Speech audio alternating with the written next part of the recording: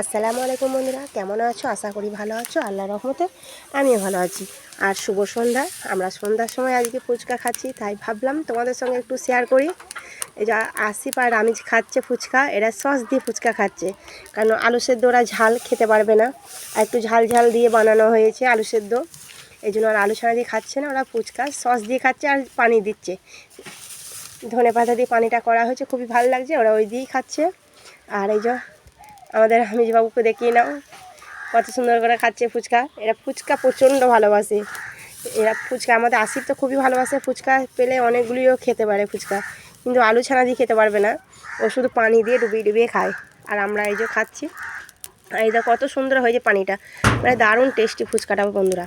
আলু সেদ্ধটা এত সুন্দর আলুটা মাখিয়েছে, আর পানিটাও একদম তেঁতুলগুলা পানি, এটা এত সুন্দর করেছে। তাতে একটু ধনে পাতা কাঁচা লঙ্কা দিয়েছে, আর গন্ধরাজের লেবু দিয়েছে। যাই হোক, চলো আমরা ফুচকা খেতে থাকি, তোমরা তখন ভিডিওটা দেখো।